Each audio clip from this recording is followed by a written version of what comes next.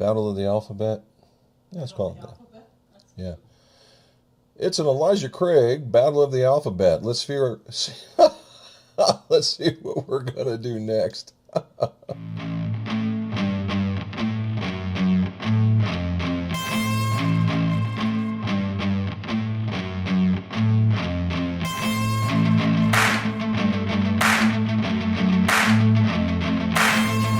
Welcome back to Pars and Pours. Jim here, and this is a Golf Century Whiskey channel. And if you would, please like and subscribe. We have officially hit 100 subscribers in a what I would call a fairly short period of time for the Whiskey Tube universe. Please and thank you for helping. Elijah Craig, we all know he gets credit for being the grandfather of bourbon. If you go to Heaven Hill, which we were there just recently, and you get to talk, he was also a Baptist minister, got in trouble a lot of times for preaching the faith, so he moved a little bit more in Midwest territory, i.e. Kentucky, and did very well for himself there and started a distilling process.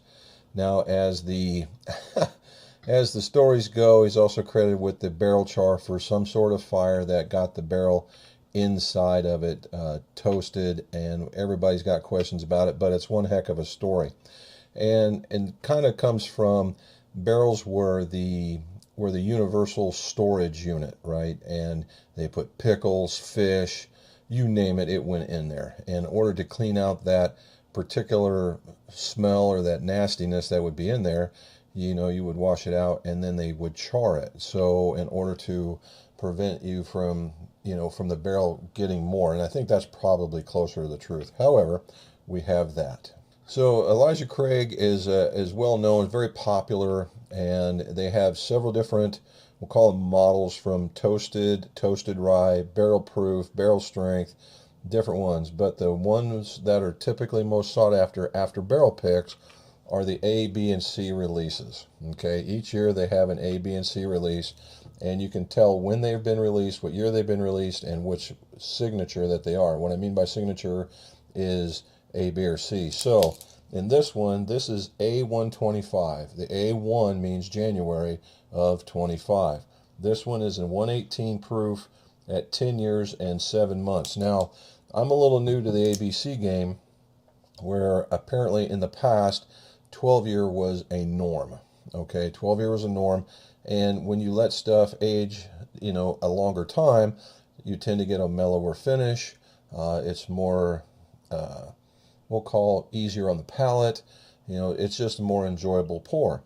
And all of a sudden, probably 2 years ago, maybe 3, they started lowering the proof, and that could have been because the demand was so high, the supply was so low, that they weren't getting it there. Now it's going the other way. So hopefully, maybe we see in 26 that we see them coming up into those older releases so that we all can enjoy it. Now we said 118 for that one, and at 10 years and some change. This is 126 and 11 years and 6 months.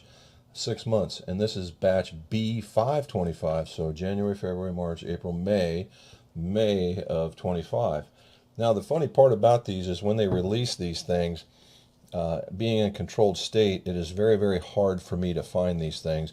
I literally stumble onto them, or I find my way back into Kentucky, and literally I have found all 3 of these bottles in the exact same spot, and it was at Evergreen Liquor in Bardstown. I have found every last one of these there, and this last weekend I found this one. This is the C925. And it is 129. So this one has the highest proof of them all, but it is at 9 years and 1 month. So it is also the youngest of them all. All right, and it's C925, so the September time frame. And what I was showing a lot of people is this one. I told you a lie.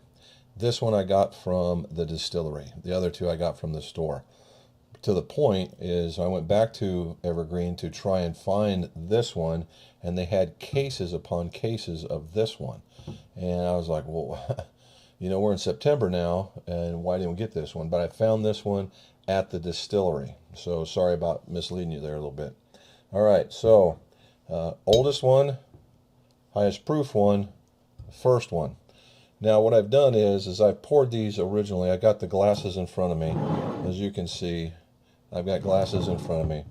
And what I did is we labeled the bottom of them, and my wife came in and she stirred them all up, and we're going to see which one's which. Now obviously I've had more out of this one than this one, and this one itself is just basically the neck pour is sitting in one of these, okay?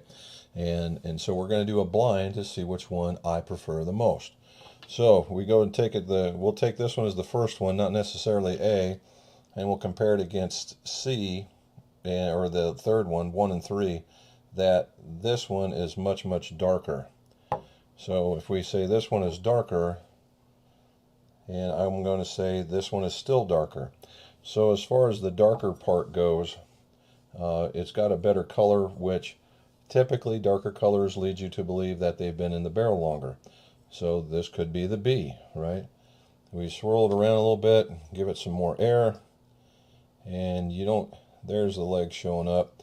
Not a lot of people give credence to the legs, but what it does to me is it gives me an idea of maybe it'll give an oily finish. However, the way that they do the process, when you do a lot of column stilling, you don't get a lot of this. You normally see a lot of it with pot stilling. Personally, I believe pot stilling adds a little bit more flavor. They say it's dirtier. I tend to prefer that. And the same thing with this one. And the third one. Yeah, so they all get some swirls. They've all been out in the open. Obviously, the C batch hasn't been out there that much, and very little noticeable. You can see it coating the glass, and that's about it. So a couple more turns with this one, a couple more turns with this one, and there we go. So while we get this started, I've had this burning question for the last weekend, and I haven't asked anybody, but I'm going to ask you. What's the temperature you like your bourbon at? Outside and inside. Do you like a warm day for bourbon and or a cool day, or just somewhere in between?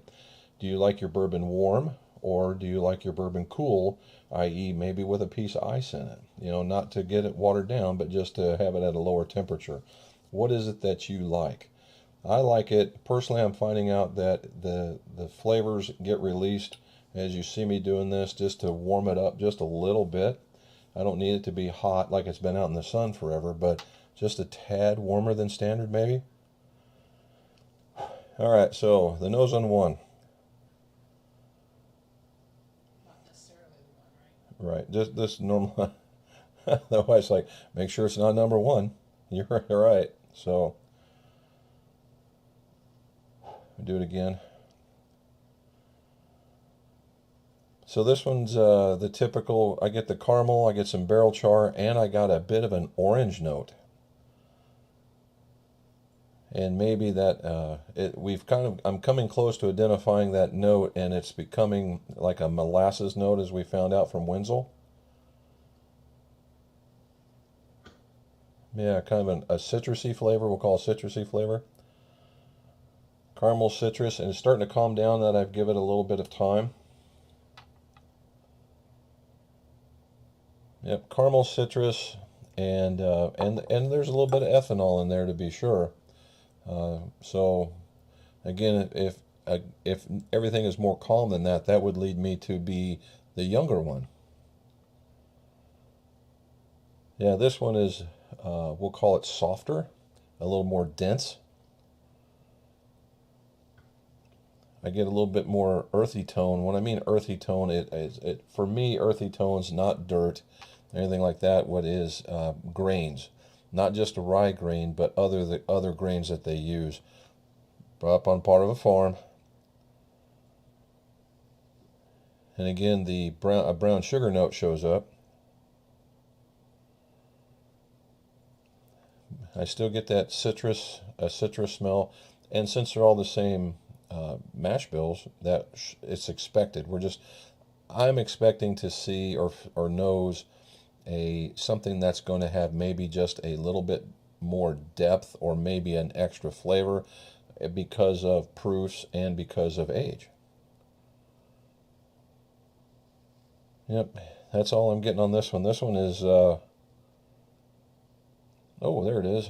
I got a bit of a cola note. Bit of a cola note, maybe even a bit of a leather, but a little bit of caramel. So it's a more what I'll call subdued version of one. Definitely not as much ethanol. I would call this one more mellow, right? More mellow, along the same lines, maybe a little bit more deep. Okay. Last one.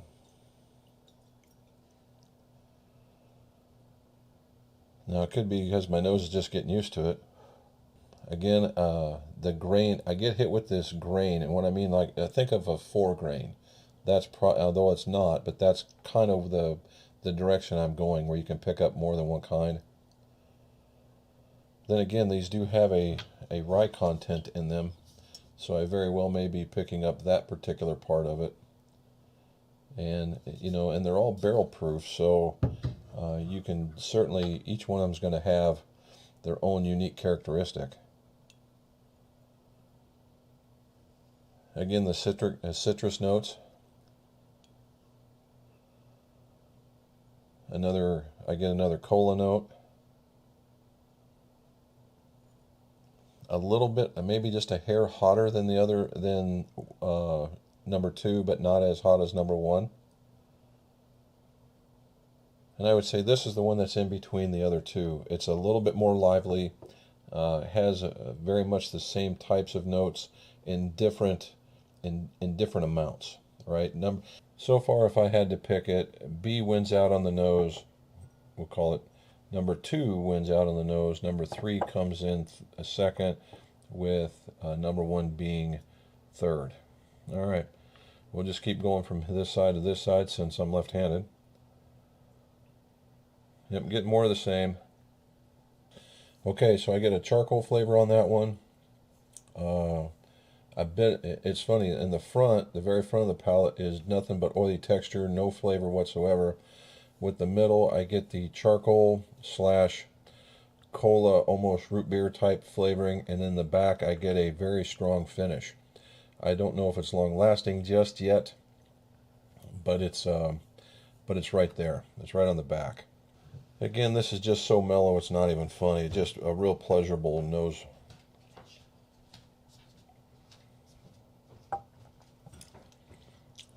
Definitely sweeter. Holy moly. These two, or not those two, but 1 and 2 could not be any more different.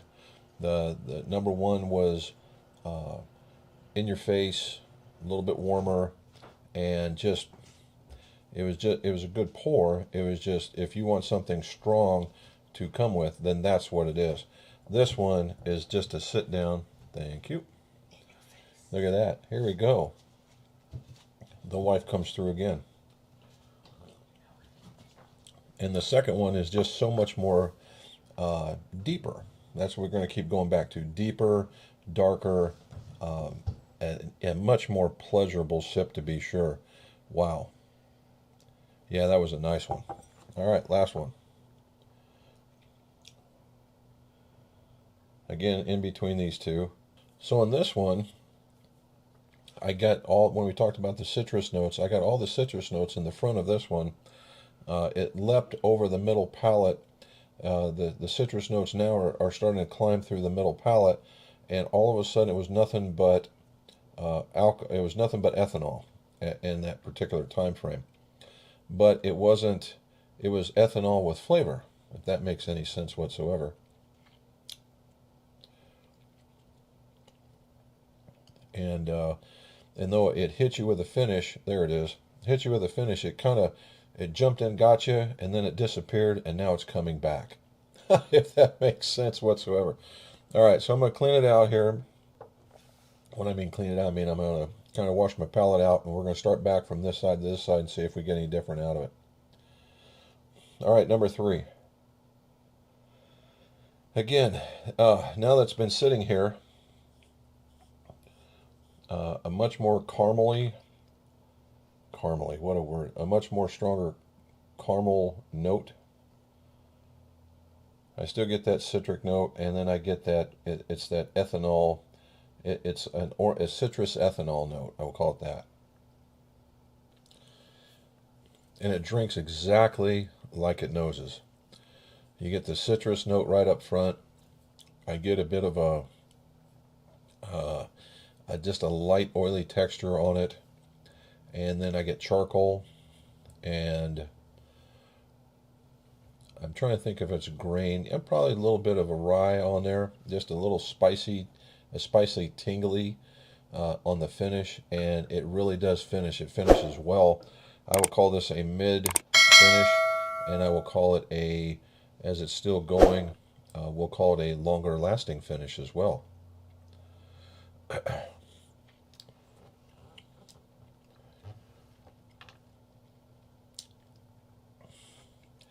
All right, on number 2. Again, this thing just mellows out completely, and it's so nice.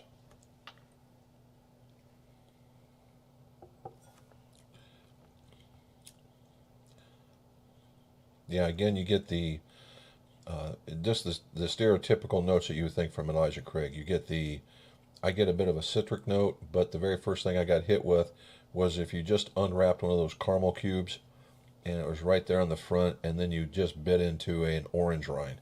That's basically what I get onto the front. Now this one gives me an oilier finish, and but or an oilier mid palate, but at the end, it's very, very light. Now to me, that's okay, but I'm still getting the Kentucky Hug. The finish is still with me. Now it could be from number 3, but this just added to it. All right, let's get to number 1. Again, it's just so hot. It comes off. It just smells young.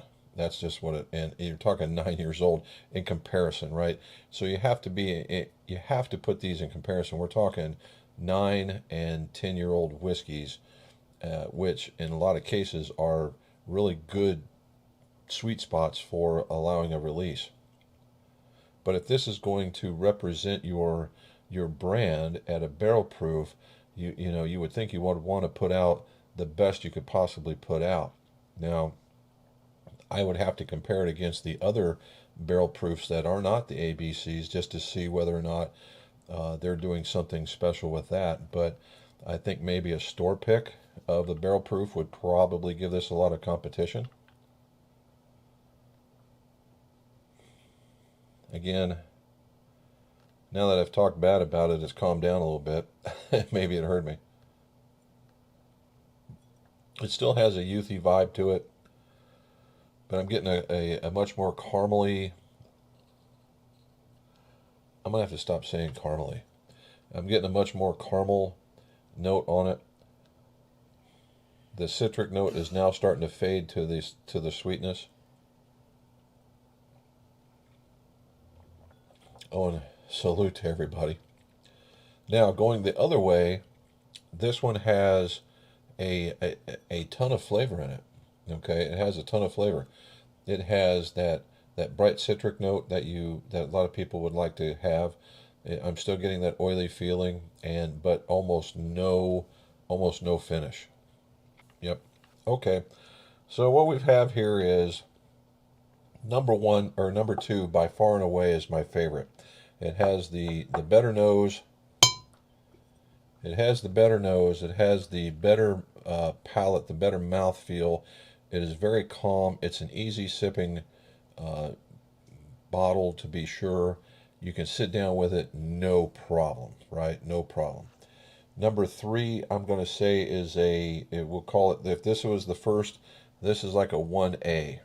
Okay, this was a 1A in that it was a little bit brighter, had a lot longer finish on it. It wasn't nearly as deep as the other one, but it certainly is definitely a positive in the way of a drinking experience. And this one is coming in number 3, and that's a firm 2 or a 2.5. We'll call it that way. And the deal with this one is it just came out a way of being younger. All right, and in comparison, when we're talking younger at 9 years, it's really hard to struggle to say, oh, it's so young, when you're comparing it against some really good competition. Okay, and when we let it sit there, it really got more mellow. You got to see the different layers that were coming out.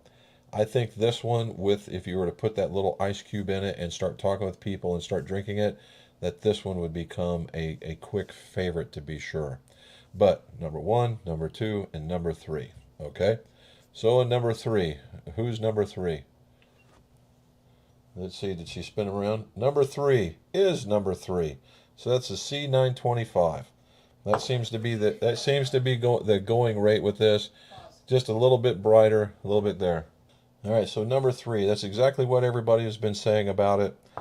It comes off a little bit youthy. It comes off a little bit different, but it's always, and as history serves, if you go look at a lot of the YouTube videos like I've done in the past, that the C batch always just seems to falter, right? Always seems to falter. There's always this competition. The B batch always comes in number one, and there's this fight between second place between the A and the C. And again, in this particular one, like I said before, I think this would be really, really good with just a touch of water in it, and I think it would open it up and turn it into something special. Okay? All right, let's see what number two is. And number two is number two. So that is the B batch. All right, number two is the B batch, which everybody thought that they would like.